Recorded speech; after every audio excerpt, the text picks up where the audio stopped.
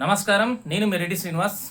ఏదైతే మక్తల్, నారంపేట్, కోడంగల్ లిఫ్ట్కి సంబంధించిన పనులు చాలా వేగంగా నడుస్తున్నాయి. దాంతో పాటు రైతులు కానీ ప్రజలందరూ స్వచ్ఛందంగా తన భూములు ఇవ్వడానికి సిద్ధంగా ఉన్నారు.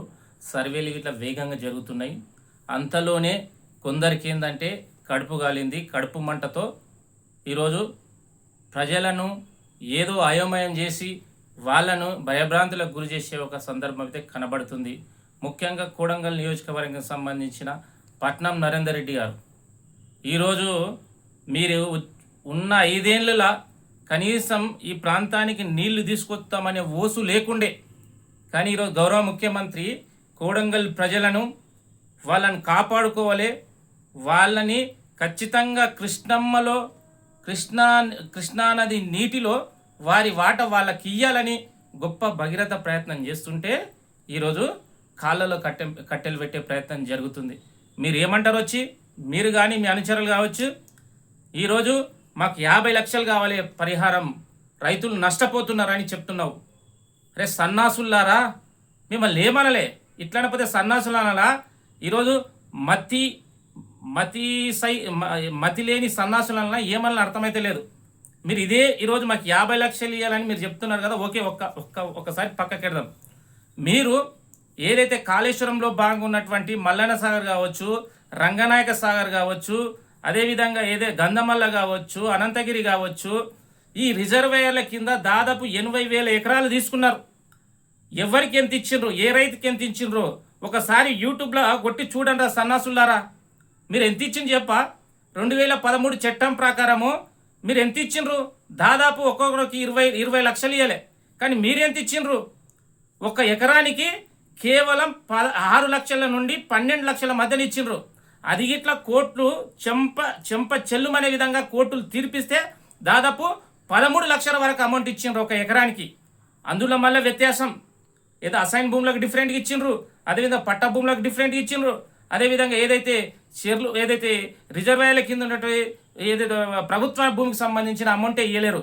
కానీ ఇక్కడ మా ముఖ్యమంత్రి అసైన్ భూములు కావచ్చు, పట్టా భూములు కావచ్చు, ఏ భూములకైనా పర్లేదు ఒకటే రేటు. దేశంలోనే ఏ రాష్ట్రం రైతులకి అని ఒక రివార్డు కానీ అవార్డు కానీ గౌరవ ముఖ్యమంత్రి రేవంత్ రెడ్డి గారు ఇస్తున్నారు. దమ్ముంటే రాండ్రా, మీరు ఏడుకొస్తారో.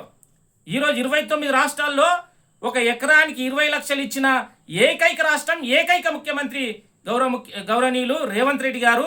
అది కాంగ్రెస్ ప్రభుత్వం. అది చిత్తశుద్ధి, ప్రజల మీద రైతుల మీద ఉన్నటువంటి ప్రేమ అది. మీరు ఎంత ఇచ్చిండ్రా? 80,000 ఎకరాలు తీసుకున్నారు. 80,000 ఎకరాలు తీసుకొని దాదాపు 225 టీఎంసీలు నీళ్ళని ఇస్తామని ఎన్ని నీళ్ళు ఇచ్చిండ్రు? దాదాపు 1,00,000 కోట్లు ఖర్చు పెట్టిన కాళేశ్వరం మీద మీరు ఎంత సంపాదించుకున్నారు? మీ జేబులు నింపుకున్నారు, రైతుల కడుపును కొట్టిండ్రు. కానీ గౌరవ ముఖ్యమంత్రి ఈరోజు ఏదైతే చట్టానికి అతీతంగా ఈరోజు ప్రజలందరినీ వాళ్ళ యొక్క సామర్థ్యానికి మించి ఇట్లా ఈరోజు అమౌంట్ ఇస్తుండ్రంటే దాని సదృదయంతో అర్థం చేసుకోవాలి. ఒక్కసారి నిరూపించండి. దేశంలోనే ఏ రాష్ట్రం ఇవ్వలేదు. మొట్టమొదటి రాష్ట్రం మన ప్రభుత్వం, మన ప్రజాప్రభుత్వం. దాన్ని హర్షించడం పోయి ఏదో కట్టెల్లో కాళ్ళు పెట్టి ఈరోజు కన్ఫ్యూజ్ చేద్దామంటే, బిడ్డ ఈడెవ్వడు నీలాక అమాయకులు గారు. నీలాక ఏదంటే ఇక్కడ నుండి వాళ్ళ మోచేతి నీళ్ళు దావుతలేరు.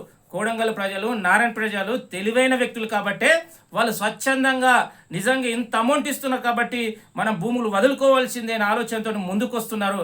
కాబట్టి ప్రజలారా, ఇలాంటి సన్యాసులు వస్తే మీరు అడగండి, అరే మల్లన్న సాగర్ కింద ఎంత ఇచ్చిండ్రప్ప మీరు? రంగనాయక సాగర్ కింద ఎంత ఇచ్చిండ్రు? కొండపోచమ్మ దగ్గర ఎంత ఇచ్చిండ్రు? గంధమాలలో ఎంత ఇచ్చిండ్రు? అనంతగిరిలో ఎంత ఇచ్చిండ్రు? ఒకసారి అడిగి తెలుసుకోండి, మీకే తెలుస్తుంది. కాబట్టి ఇలాంటి చిల్లరగాళ్ళు ఎన్ని మాట్లాడినా దయచేసి ప్రజలు ఆలోచన చేయలే. బ్రహ్మాండంగా చాలా వేగంగా అభివృద్ధి జరుగుతుంది. మీరందరూ సహకరించండి. భవిష్యత్తులో మన ప్రాంతానికి విపరీతమైన డిమాండ్ వస్తుంది. మనం ఇట్లా గొప్పగా జీవిస్తాం. దయచేసి కోడంగల్ ప్రజలు పార్టీలకు, జెండాలకు అతీతంగా ఆలోచన చేస్తారని, అభివృద్ధిలో మీరు ఇట్లా క్రియాశీల భూమిక పోషిస్తారని మీకు అందరికీ మరొకసారి పేరున పాదాభివందనాలు తెలియజేసుకుంటా. జై హింద్, జై కాంగ్రెస్, జై రేవంత్ అన్న, జై తిరుపతి అన్న.